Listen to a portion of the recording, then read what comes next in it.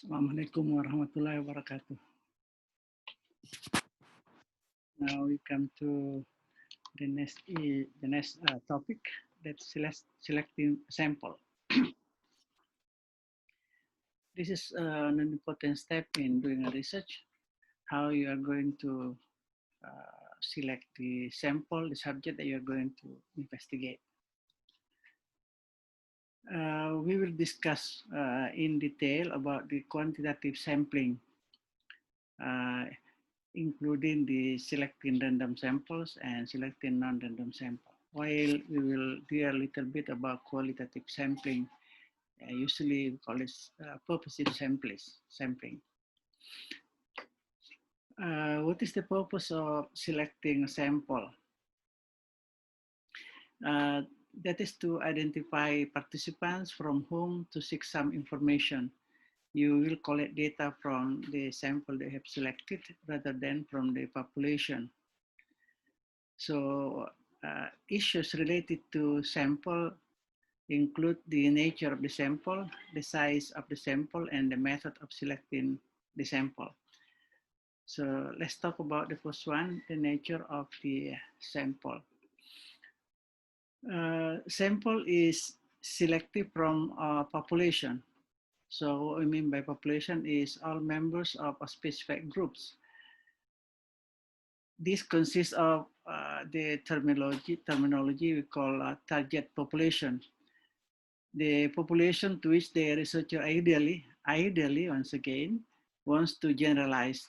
So when you are doing research on a sample, one of your basic aim is to generalize your findings to the population, and hopefully you are able to generalize to the target population. For example, if you are dealing with the junior secondary school students, then all students of junior secondary school will belong to your population, wherever they are within the nation, so from Sumatra to Papua, they are all your population. But then usually we are not able to access the target population, and we have another terminology called accessible population. That is the population to which the researcher has access. For example, if you want to deal with the junior secondary student, probably South Sulawesi will be your accessible population. You may be able to access the students from Kabupaten Luhut Timur and then Kabupaten Selayar and so forth. So that means if you are able to do that, then your population will include those individuals in those areas. And then we call it accessible population. If not, then maybe your accessible population only the students of junior secondary school in Kota Makassar.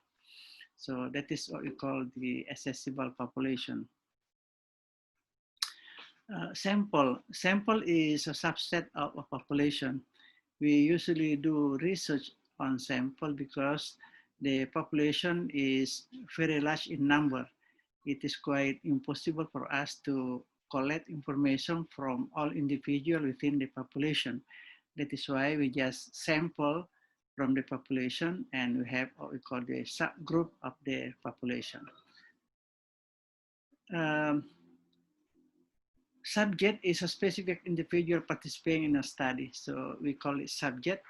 So there might be 20, 30, 40 subjects in your sample. So the individual participating in your study is called subject.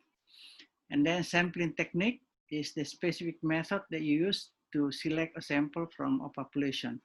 This one is very important to understand how you select the sample using specific techniques. Okay. Representation. So a sample is expected to represent the population. If your aim is to generalize your findings to the population, hopefully the sample really represent the population. So whatever happens in the sample will also reflect what happens in the population. So when you generalize the findings, that can be also happen in the population. That is what happens in the population. Representativeness is quite difficult to see all the characteristic of the individual in the population. That is why we usually select only some aspect or some character of the population which will be represented in our sample. For example, the demographic characteristic. For example, they are from what is the northern part of South Sulawesi, for example, Toraja, or they are Bugis, so they have the ethnicity.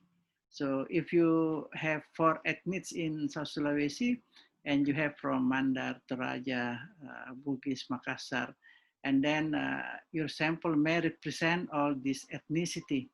So not all the characters of the individual in the population. Or probably specific traits, for example, IQ. So you have to sample the population and then you want to get only those who have the IQ above average and below average. So your sample will represent only the characteristics specific to your population. Generalization is a term that might be very important when you're doing quantitative research. So your result is intended to be generalized to the population from which you draw your sample. So the extent to which the result of your study can be reasonably extended from the sample to the population. So that means that your sample is an estimate of your population. So whatever happened in your sample should also be happening in the population. So an estimator of the population. When you are doing sampling, usually and most of the time we'll have error. We call it sampling error. That is the chance occurrence that a randomly selected sample is not representative of the population due to error inherent in the sample technique. So since the sample does not represent the population, that means that there is error in the sample. There are 2 types of errors, usually called random nature of errors and non-random nature of errors. When you are doing the selection of individual from the population, maybe the error can happen, for example, you do not get anyone from one ethnicity because the list of your population is made in such a way that those who are in the specific ethnicity belong to the ones that you will never select. So that means a kind of random nature of errors. But this can be controlled by selecting a large number of samples. So the larger the number of the sample, the more likely that your sample will represent the population.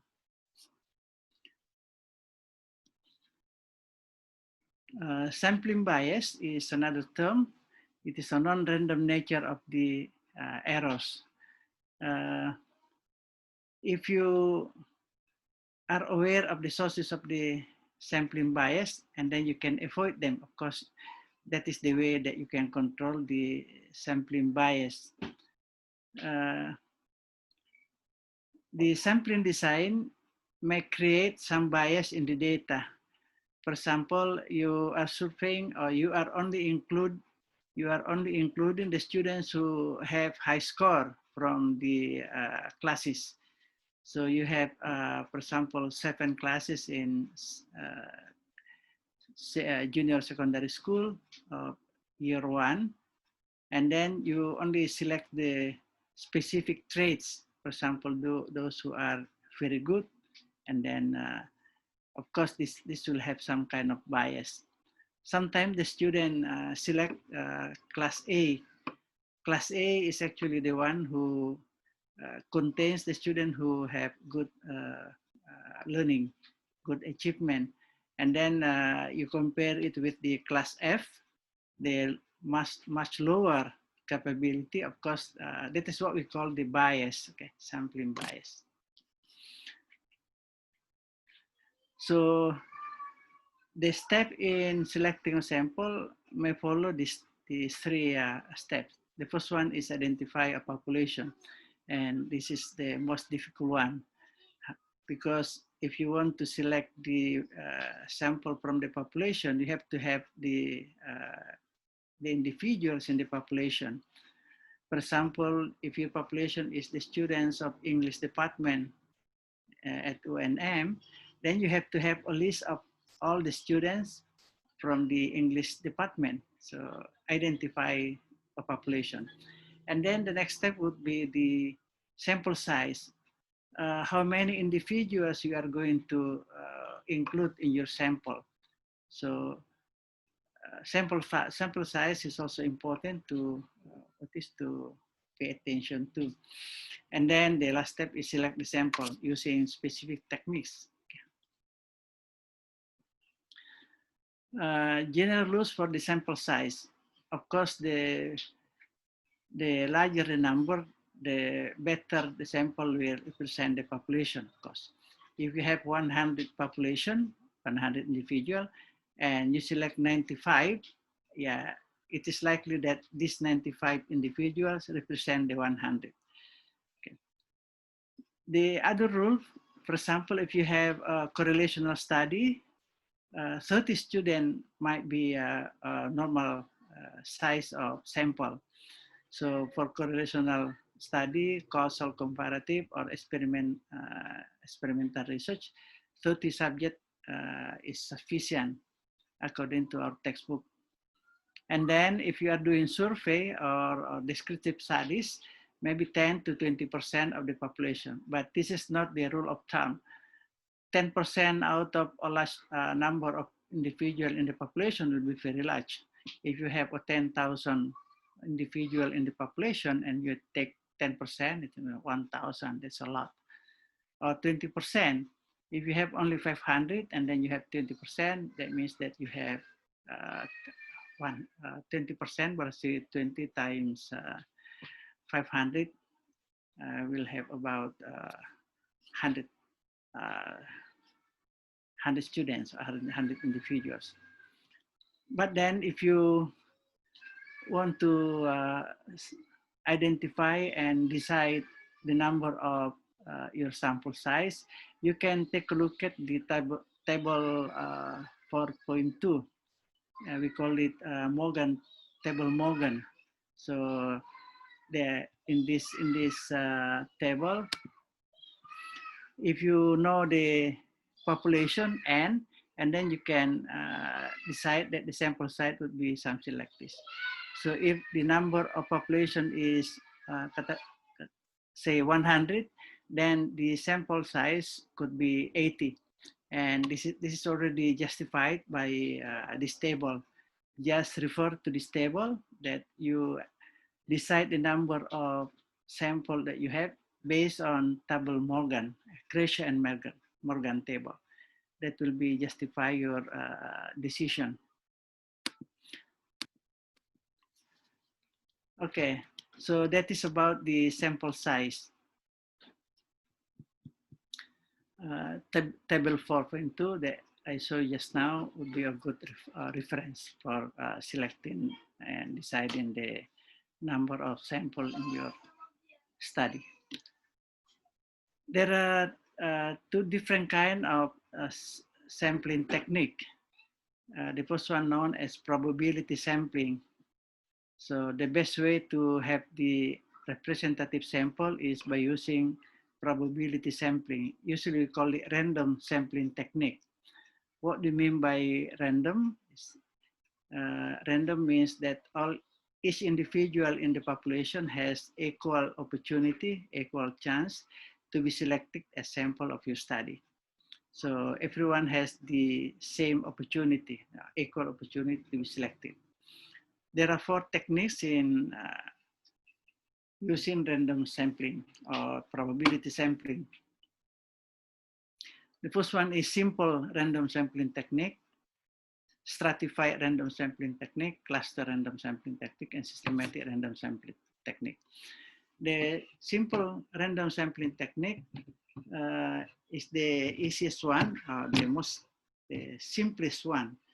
Just like if you have a group of person who do some kind of lottery, so you just make a piece of paper, written the name of each of the member of the population of your group, and then you lot it, and whoever comes up, that will be your sample.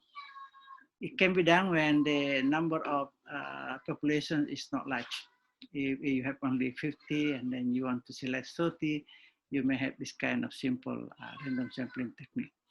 If the number of population is large, 1,000 or 2,000, and then you may have to do this random sampling technique using the what we call the table, random table, table of random number. So you first of all have to identify the population, and you have a list. If you have a 2,000, that you have the names of those individuals from number 1 through number 2,000. And then using the random number, you can select those who belong to those in the random number. It is very easy to use the random number table. You just close your eye and then you point to one of the number in the list, and then you look at the digits. If the digits is existing in your list, then you take her as your sample until you get the number that you want. For example, if you want 200, and then you just find out the digits from the random number, and then if the digits exist in your population list, then you include the individual into your sample.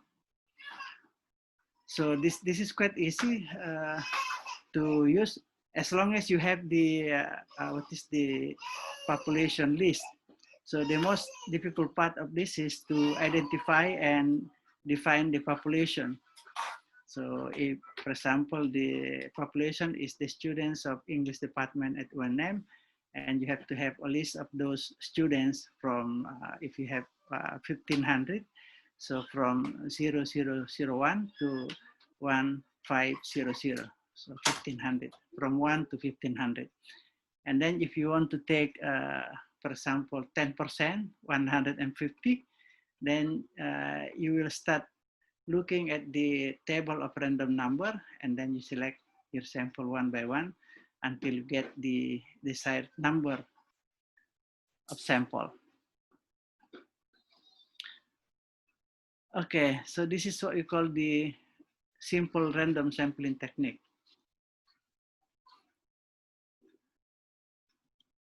Okay, the next one is stratified random sampling technique. That means that your population has some kind of characteristic that you want to make them in subgroup. Our example just now is about the ethnicity. If you have 1,500 students at the English department, and then you want them to be represented by ethnicity, and then you can identify first the subgroup, the ethnicity. How many of the students are from Bugis? How many of them are from Makassar, and so forth. And if you have 4 ethnicity, that means that you have 4 subgroups. And this subgroup is called strata. So that's why we call it stratified. So you identify first the strata, the subgroup, in order that we guarantee that these subgroups are represented in our sample. So for example, gender, ethnicity, grade level, or any kind of traits of the individual in the population, you may take it as the subgroup. And then you select the individual from subgroup randomly. So we have what we call the proportional random sampling technique and non-proportional stratified random sampling technique. we call it proportional if let's see the example here. If you have the students, college student, year 1, year 2, year 3, year 4. So then you identify how many students are there in year 1, and then in year 2, year 3, and year 4. And you have this number. You have the list from this, and then you randomly select from this number by subgroup. If you have, for example, what we call the proportional, this is the largest number, and then maybe you have to have a proportionate selection from this. So you have 30%, 25%, 25%, and 20%. This is what we call the equal allocation, the equal proportion. So this is the largest number in your sample because this one is the largest number in the population. So this is what we call proportional allocation. If non-proportional allocation, proportion, then you may select from these 4 subgroups, you select 100 from each. So you have 400, but then from each group, you select 100, 100, 100, and 100, even though they are not equal in the population. We call it non-proportional stratified random sampling technique. So this one, because this is the largest one, and then this is the largest number in your sample too, we call it proportional stratified random sampling technique. Okay, the advantage of this technique is that you will be able to select sample which represent the subgroup within the population. Representation of the subgroup is very important. Yeah, the procedure is quite the same. We should always start with the population, and then you decide how many individuals you will include in your study or the sample size. And then you identify the subgroup, and then you randomly select from the subgroup either proportionally or non-proportionally. Okay, let's see the next one. Cluster random sampling technique. Cluster meaning intake group. So when you come to schools that you have selected, then you have, for example, to deal with class 7 from junior secondary school, and the school has 7 class 7 in the school. So within the 7 classes, you will not be allowed to select individual students from each of these classes. You will be allowed only, you will be permitted by the school principal to select only by classes. So you select the class, not the students individually. So this is what we call cluster sampling technique. Okay. You do not select the individual student, but you select the classroom. Or you select school district, or neighborhood. And then in cluster sampling technique, usually you have the multi-stage sampling involving the use of 2 or more set of cluster. For example, if you want South Sulawesi as your accessible population, you may want to start with the geographical clustering. So northern part of South Sulawesi, middle part of South Sulawesi, and the southern part of South Sulawesi. So the first cluster is about the region, geographical cluster. And then you identify how many schools within the, how many districts within the area. In the northern part, you have the Toraja, Toraja Utara, Lu, Palopo, Lu Timur. And then you once again cluster, we select one district, for example. Randomly you select, and then you have, for example, Toraja. And then when you have Toraja as your cluster district, And then you have to identify once again the number of SMP within that district. If there are 10 SMPs, then you may want to select only one, for example. So once again, cluster by school.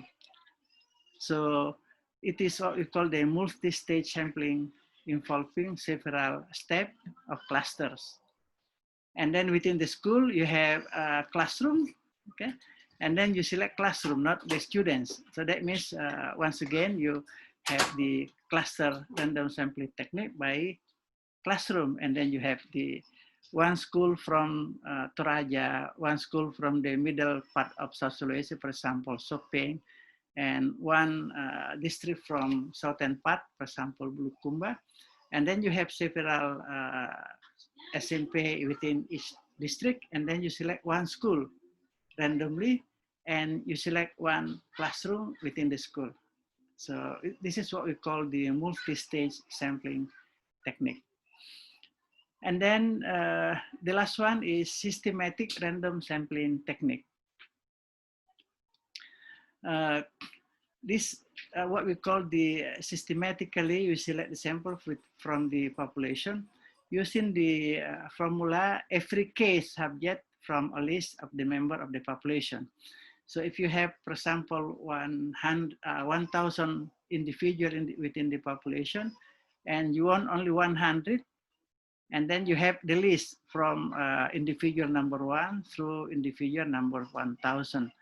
And then you say you want 100 students. So that means the K, so you say every K. The K is the number of population divided by the sample size. So that means 1,000 by 100 is 10. So every 10, you'll select the sample. So every 10th, you will include as your sample. But then you have to randomly select where you start. So you have to lot from number 1 through number 9, and then whatever comes up, you start from that. So for example, if you lot it and you have number 7, that means you start from 7, and then every 10 berarti 7, 17, 27, 37, and then finally you get 100. Okay, so that's what we call the systematic random sampling technique. Yeah, so the procedure is almost the same, only the step when you use in the specific technique will be different. So you identify the population, you list the population, and then you decide the sample size, and then you try to determine the K. So just now we have the example, 1,000 divided by 100. 1,000 is the population, 100 is the sample size that you want, and then you have 10. 10 is the case. So the next step would be where you want to start. So you load the digit 1 through 9, and then whatever comes up, you start from that. So this is what we call the systematic random sampling technique. The second part is non-random sampling technique. This includes the convenience, purposive, and quota sampling technique. Convenience means that you have the access to the sample. For example, if you have you're saying you're teaching in one school, and then you say you want to do research in his school because he is your friend, so you have easy access to the school. So that means convenience sampling technique. Or you only ask the students who wants to volunteer to follow your study, then yeah, it's once again, it's called the convenience sampling technique. The selection is based on the availability of the subject. That's what we call convenience. And of course, it is a problem to the representation and how to generalize the findings. Purposive sampling means that you have certain criteria before we select the sample. So you set up the criteria, 1, 2, 3, for example, should be Bugis, and it should have have attended a kind of private course in English. So this criteria will be used to select who has the criteria, then that will be become your sample. If they do not have the criteria, then they will be excluded from your sample. Quota sampling is the way that you determine first. For example, you want to have teachers of English as your sample, and then you identify that I'd like to have teachers within the age of 25 through 50, 25 years old, and then 30 years old, 10%. 31 years and 40 years, about 50%. So you identify what is the population, but then you restrict this in the percentage. How many are you going to get from the range of age from 25 to 30, 31 to 40? How many you are going to get? So you set up the quota first, and then you start running the research. Okay, I think this is what is the quantitative sampling technique. And then finally, we come to the qualitative sampling technique. Usually we use what we call the,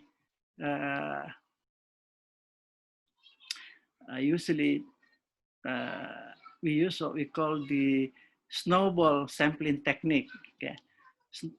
For the non-probability in qualitative research, usually beside purposive sampling technique, usually they use the snowball. What I mean by snowball is you set up the criteria. For example, the exemplary teacher, and then you get one after interviewing and observing the teacher, and then you ask the teacher where you can find someone, another teacher, which is quite similar to him, and then he may inform you about other teachers who have the same quality with him.